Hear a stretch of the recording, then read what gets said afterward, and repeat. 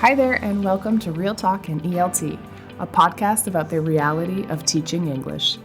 I'm your host, Kelly Pennington. Thank you for joining me today.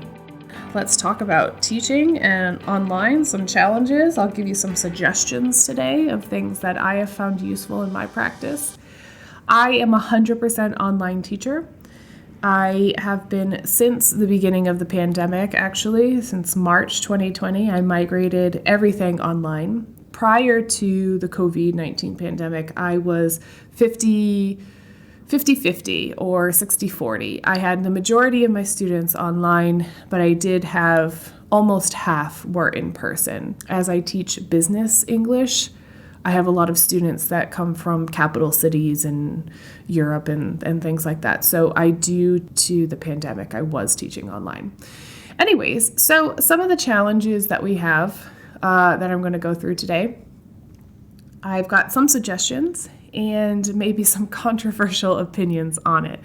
The first one is adaptation of materials. I don't feel, and this is again just my opinion, but I don't feel that we need to adapt everything. I feel that this is this constant pressure for some new teachers or teachers who have never taught online. They feel as if they need to make everything new and shiny and interactive and beautiful. And I just don't find that to be what I believe or my reality.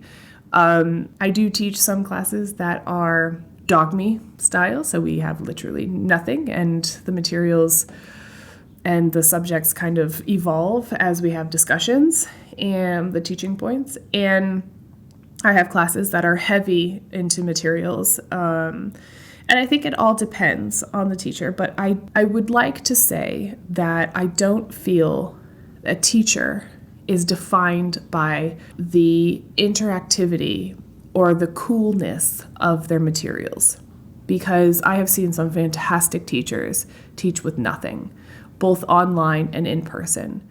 And so this new trend of having to have everything animated and everything super cool and interactive, I constantly question whether teachers are creating those things because of peer pressure within the community, because other people are doing it, if they need it as a tool for differentiation in terms of they feel as if they provide those types of materials that they will somehow become more desirable as a teacher, or if we're doing it for entertainment purposes. Again, teachers are not entertainers, we're educators. And so I think that, having useful tools is important. Having tools with some sort of benefit of your objectives in your lesson, also important. But at the same time, if you're using technology just because it's super cool and you really don't have an objective for an activity or a lesson, then how does that reflect on you as a teacher? Well, yeah, you're using the cool tech, but you're not really teaching, are you? It's cool and it's fun and the students love it, but at the end of the day, are they learning?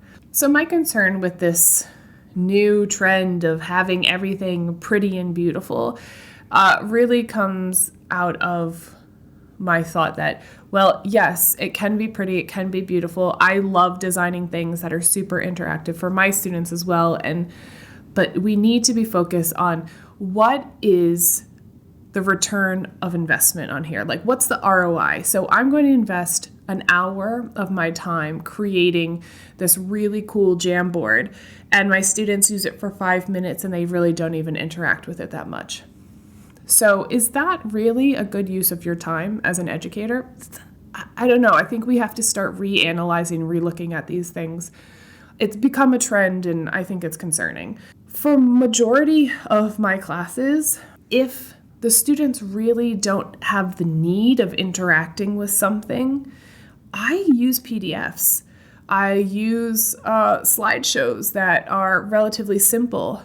If I want them to do an interactive activity, it's well thought out, and I really think about why I need to use another technology that's more time heavy, time intensive for me to create, because what's the benefit of them interacting with it?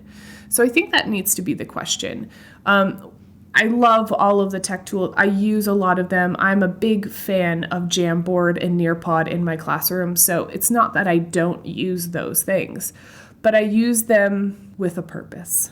I think that's the point, is that don't feel that you need to reinvent the wheel or create and adapt everything. You can use what you have, and if you need something that has a very specific purpose, then you can go and create something new. That being said, there is an issue of digital literacy, especially with some of our students who don't necessarily have the best track record of using tech and digital resources. So I think that we want to have all of these cool and interesting things as teachers, and we want to really engage our students, but we also need to be very cognizant of whether or not the student is able to actually engage with that tool.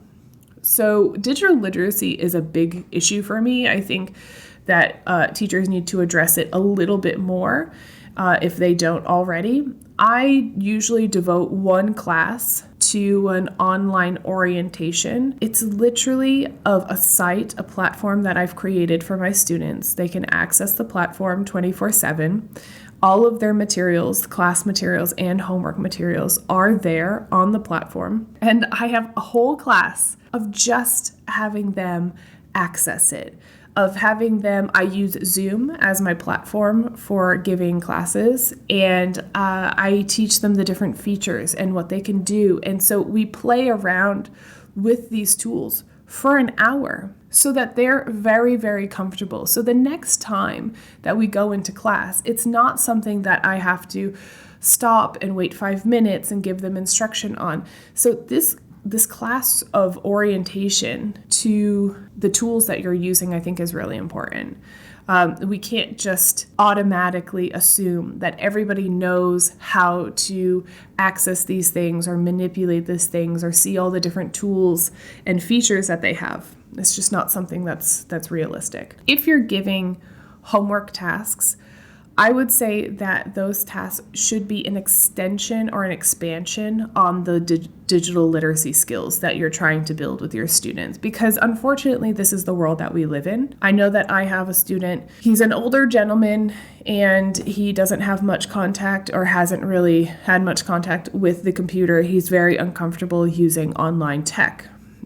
So some of his homework assignments, we do a class.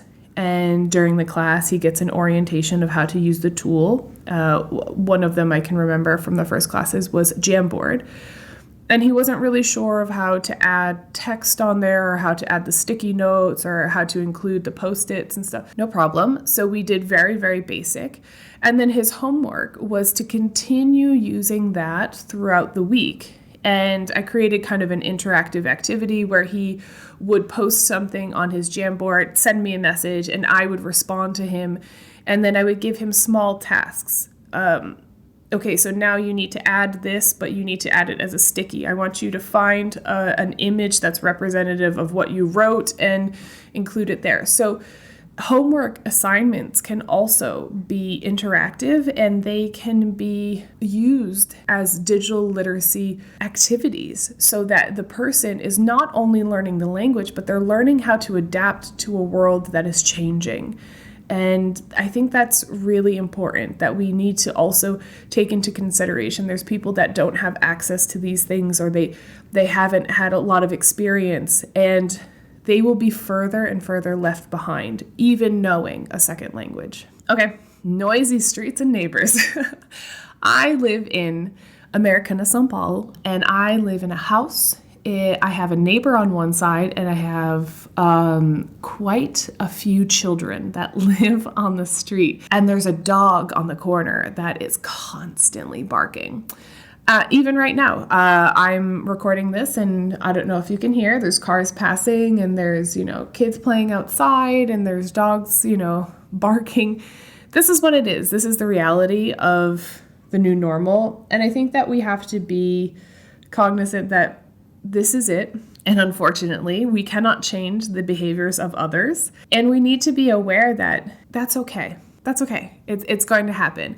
I have had conversations with some of the neighbors, some of the kids. I've asked them, I've kind of gotten into this little gang of teenagers that lives on my street. I got in with them and I said, guys, listen, I'm trying to do something here. And they're okay with it. They're like, oh, okay, cool. And they'll just walk up the street and they'll continue doing what they're doing. They haven't changed their behavior, but they're just doing it in a different location. So sometimes having a simple conversation is helpful. The other thing that I do is I have styrofoam in my windows because I have the glass windows here. And unfortunately in Brazil, they're not great with soundproofing. So I have gotten just panels of styrofoam, covered them in kind of a decorative fabric so it doesn't look too terrible. And I put them in the windows and it's reduced a lot of the sound that comes in. And of course, there's other solutions like the soundproofing foam and things like that, and curtains and blah, blah, blah. But yeah, trying to reduce a little bit of the noise that is coming in and out is helpful. And then, of course, a lot of times I change my schedule. So if I have people or clients that I need to speak with at certain times, I might rearrange just because I know kind of the rhythm of my street, the routine of my neighbors and stuff like that. So there's certain times of day that are a little bit more complicated. So I've tried to manage as much as possible here in my office, but at the same time, I just think that people need to be aware that this happens. This is life. I'm working from home. I'm podcasting from home. I'm creating videos and content from home. I'm training teachers from home. So this is my reality. So if my dog barks because the postman comes, or because, there's a motorcycle that's zipping up the street, sorry, this is life, and life isn't perfect. So kind of reducing your expectations does help with that a little bit.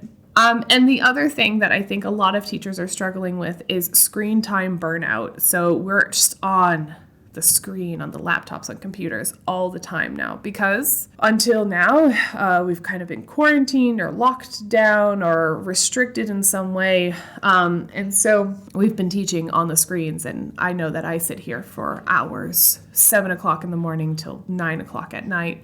I'm on a computer, so it's quite tough.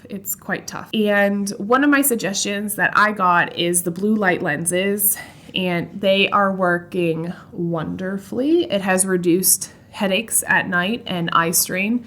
It really has made a difference for myself. I actually don't need glasses.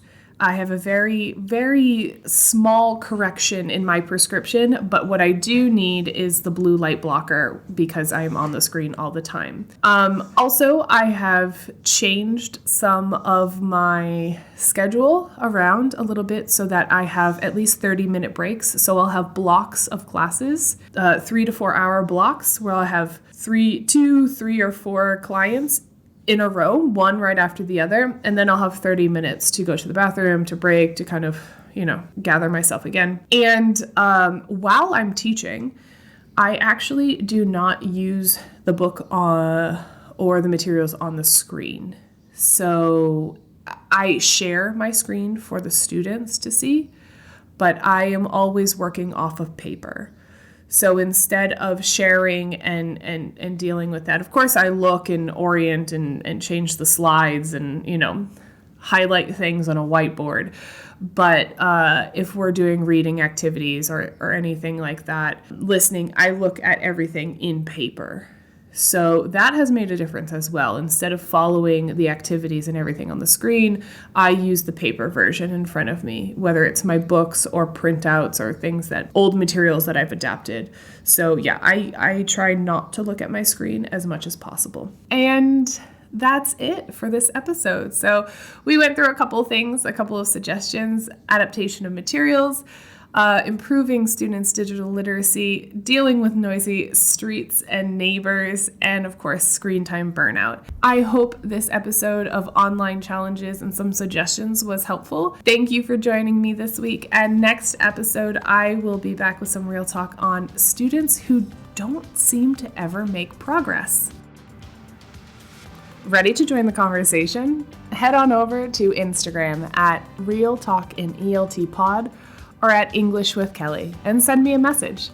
That's it for me today. Take care of yourself, your health, your vibe, and your tribe. Until next time.